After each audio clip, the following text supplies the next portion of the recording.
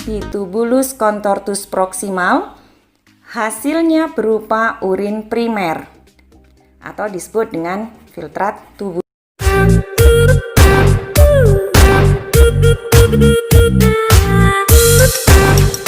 Assalamualaikum warahmatullahi wabarakatuh. Halo anak-anak, apa kabar semuanya? Semoga anak-anak selalu sehat dan tambah semangat. Anak-anak, pada video pembelajaran kali ini kita akan belajar tentang sistem ekskresi manusia. Ada yang tahu apa itu sistem ekskresi manusia?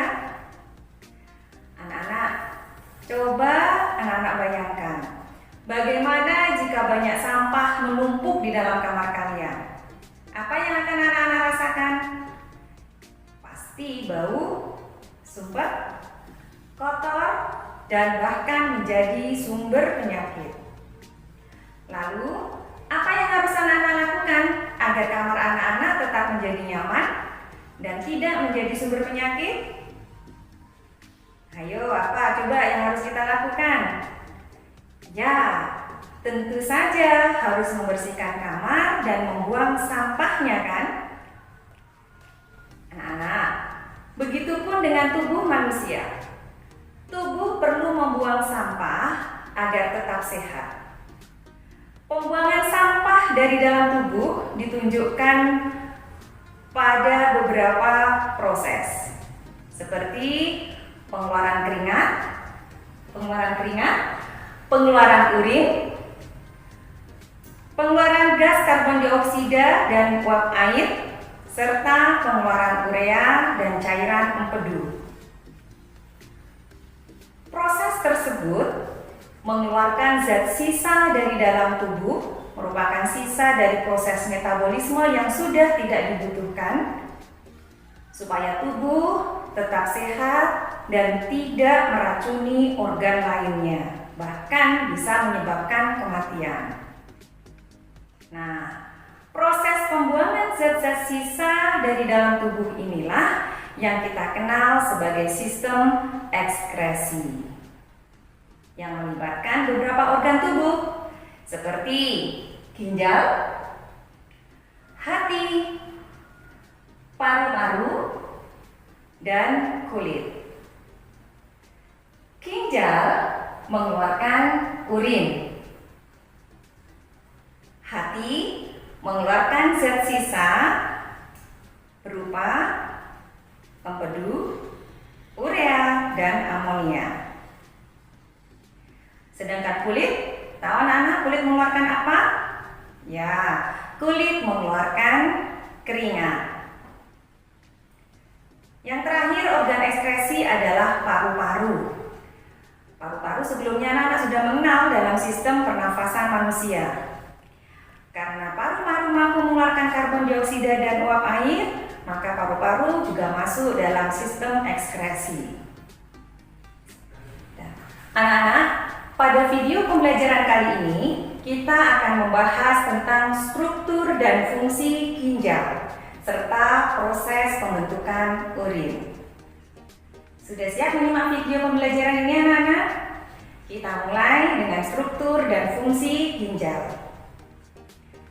Ginjal merupakan organ utama dari sistem ekskresi manusia. Ginjal terletak di kedua sisi tulang belakang, tepatnya di rongga perut bagian belakang, sehingga biasanya disebut ginjal sebagai buah pinggang. Kemudian ginjal memiliki bentuk menyerupai kacang merah dan berwarna merah kecoklatan. Bisa diperhatikan anak-anak gambar ginjal? Setelah ini Bintun akan menyajikan dengan menggunakan gambar anatomi ginjal. Kemudian manusia memiliki sepasang ginjal yang berada di sisi kanan dan kiri tubuh. Ginjal kanan terletak lebih rendah dibandingkan ginjal kiri.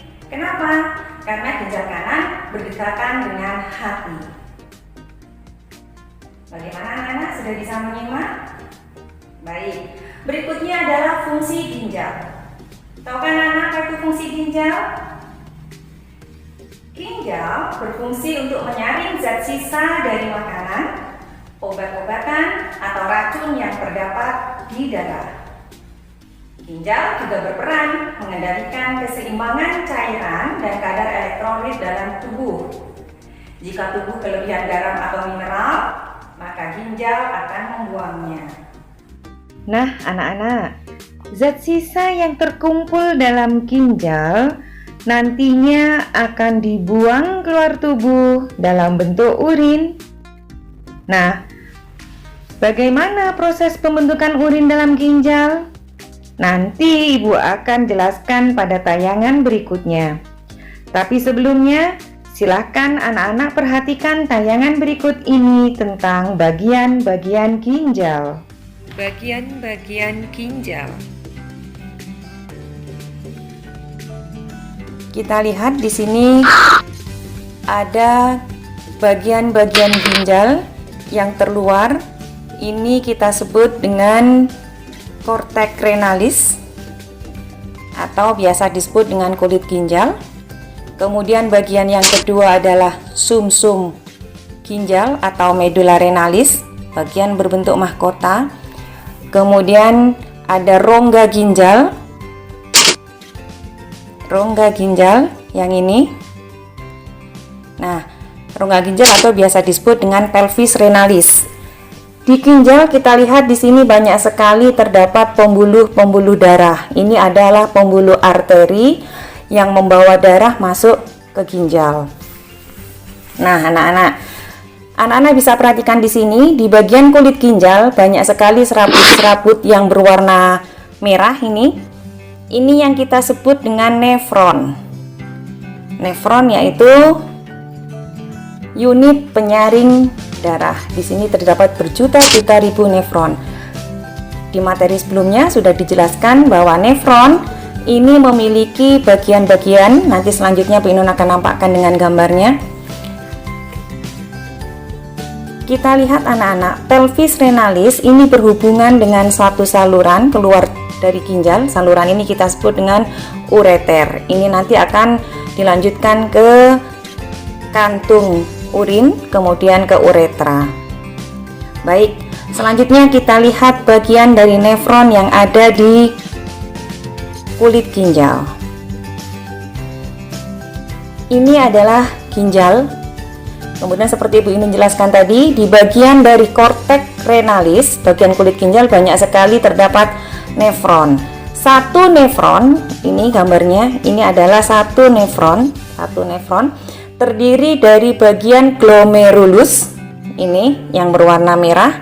Kemudian ada bentukan seperti mangkok, ini kita sebut dengan kapsula Bowman. Glomerulus dengan kapsula Bowman ini kita sebut dengan badan Malpighi.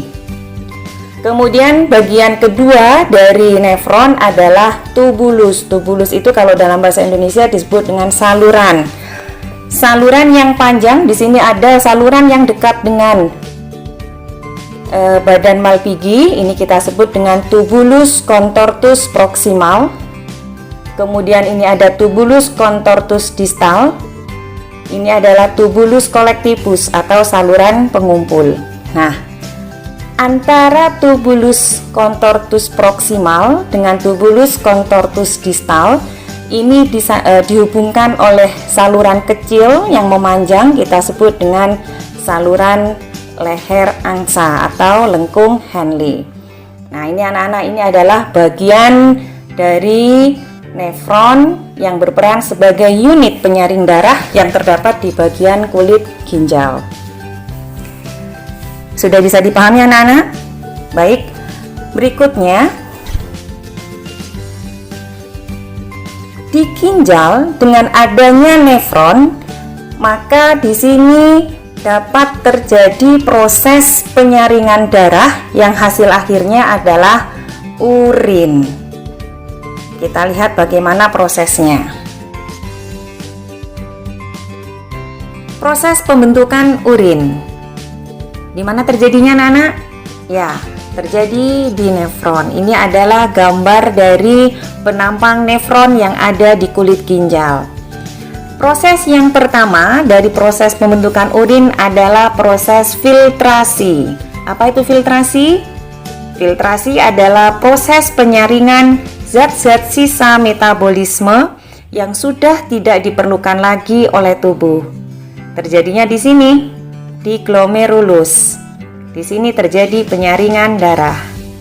Zat yang dihasilkan ini kita sebut dengan filtrat glomerulus atau urin primer yang banyak mengandung air, garam, asam amino, glukosa, dan juga urea. Nah, filtrat glomerulus kemudian akan masuk ke tubulus atau saluran, yaitu tubulus contortus proximal. Di sini terjadi proses yang kedua yang kita sebut dengan proses reabsorpsi. Apa reabsorpsi? Reabsorpsi adalah proses penyerapan kembali zat-zat yang masih berguna bagi tubuh. Misalnya ada natrium, apalagi anak-anak? Ya, asam amino, ada glukosa. Jadi zat yang masih berguna yang terkandung di dalam urin primer tadi kembali diserap oleh tubuh dalam proses reabsorpsi. Yaitu di sini terjadinya di tubulus contortus proximal. Hasil dari reabsorpsi ini kita sebut dengan filtrat tubulus atau kita sebut dengan urin sekunder. Selanjutnya masuk melalui lengkung Henle menuju tubulus contortus distalis. Nah, di sini terjadi proses yang disebut dengan augmentasi. Apa itu augmentasi? Masih ingat materi yang sebelumnya? Ya, augmentasi adalah proses pengumpulan zat yang tidak berguna, misalnya ureum, sisa zat warna empedu, kemudian sisa-sisa vitamin yang berlebihan. Ini semuanya dikumpulkan, dilepaskan ke dalam urin. Urin apa tadi? Ya, urin sekunder. Selanjutnya akan terbentuk urin sesungguhnya yang terkumpul di dalam tubulus collectivus. Bisa dipahami anak-anak?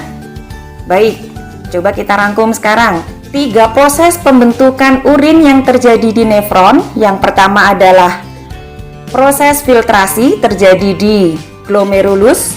Kemudian hasilnya adalah filtrat glomerulus. Kemudian proses yang kedua adalah reabsorpsi terjadi di tubulus contortus proximal. Hasilnya berupa urin primer atau disebut dengan filtrat tubulus. Kemudian proses yang ketiga adalah augmentasi terjadi di mana? Ya, terjadi di tubulus contortus distalis. Hasilnya berupa urin apa? Urin sesungguhnya. Kemudian urin sesungguhnya ditampung sementara di tubulus collectivus yang selanjutnya nanti dikeluarkan dari ginjal melalui ureter. Kemudian ditampung sementara di kantung kemih yang selanjutnya dikeluarkan dari tubuh melalui uretra. Demikian anak-anak pembelajaran kita kali ini tentang sistem ekskresi manusia, submateri, struktur, dan fungsi ginjal serta proses pembentukan urin yang terjadi di ginjal. Kita bertemu pada video pembelajaran berikutnya tentang organ ekskresi yang lain, yaitu hati, kulit, dan paru-paru. Selamat belajar anak-anak, sukses selalu untuk kalian semua. Wassalamualaikum warahmatullahi wabarakatuh.